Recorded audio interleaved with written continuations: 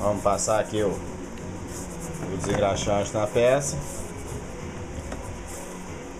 para limpar qualquer impureza que tiver.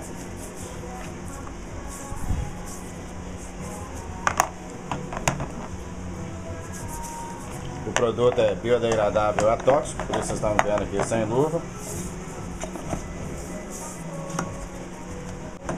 Vou deixar ele dar uma enxaguada aqui, secar um pouco.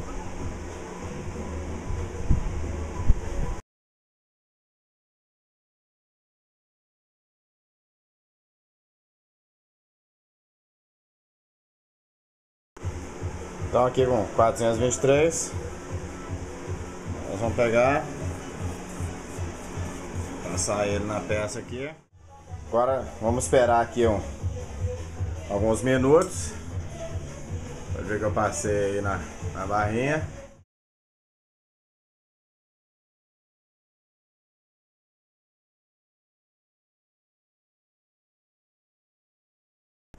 Para lavar isso aí. Então nós vamos lavando aqui.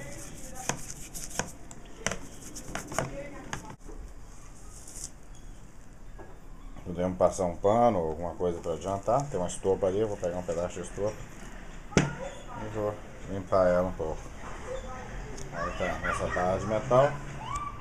Vou pegar a estopa e dar uma limpeza nela aqui.